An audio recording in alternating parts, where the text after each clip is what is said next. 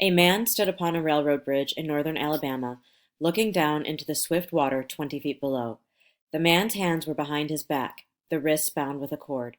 A rope closely encircled his neck. It was attached to a stout cross timber above his head, and the slack fell to the level of his knees. Some loose boards laid upon the ties supporting the rails of the railway supplied a footing for him and his executioners, two private soldiers of the Federal Army, directed by a sergeant who in civil life may have been a deputy sheriff. At a short remove upon the same temporary platform was an officer in the uniform of his rank, armed. He was a captain. A sentinel at each end of the bridge stood with his rifle in the position known as support, that is to say, vertical in front of the left shoulder, the hammer resting on the forearm thrown straight across the chest, a formal and unnatural position, enforcing an erect carriage of the body. It did not appear to be the duty of these two men to know what was occurring at the center of the bridge. They merely blockaded the two ends of the foot planking that traversed it. Beyond one of the sentinels, nobody was in sight. The railroad ran straight away into a forest for 100 yards, then curving was lost to view. Doubtless there was an outpost farther along. The other bank of the stream was open ground, a gentle slope topped with a stockade of vertical tree trunks, loopholed for rifles, with a single embrasure through which protruded the muzzle of a brass cannon commanding the bridge. Midway up the slope between the bridge and fort were the spectators, a single company of infantry in line at parade rest, the butts of their rifles on the ground, the barrels inclining slightly backward against the right shoulder, the hands crossed upon the stock.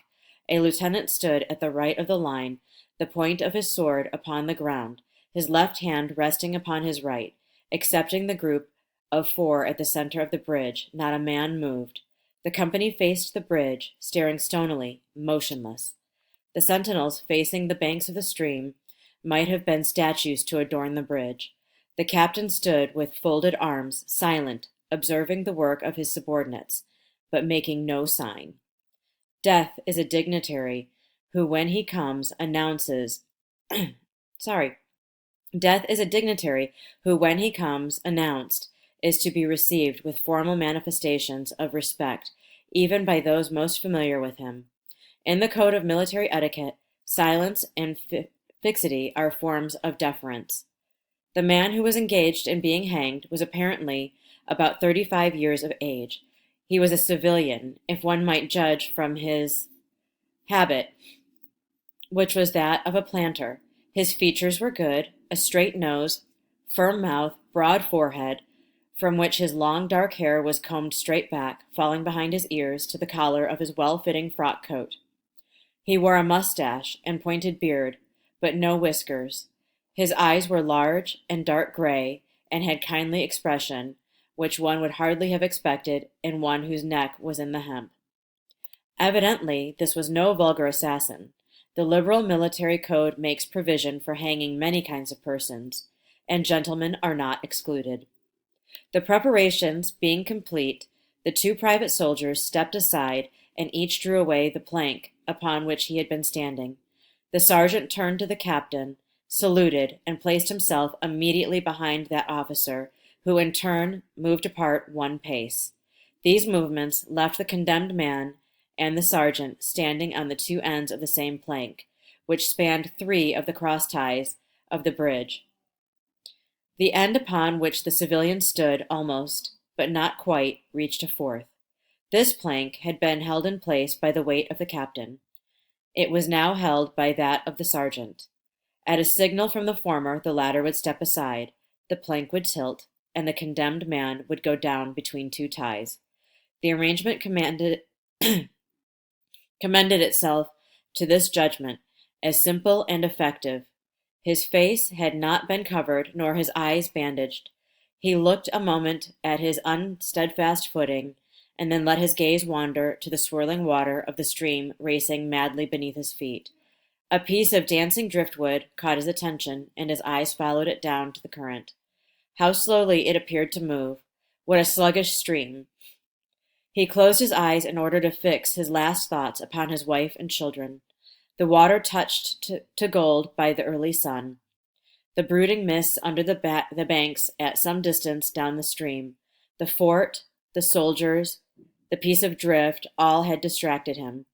And now he became conscious of a new disturbance.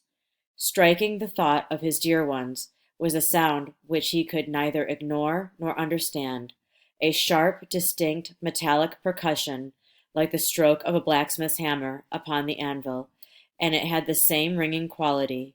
He wondered what it was, and he wondered what it was, and whether immeasurably distant or nearby, it seemed both.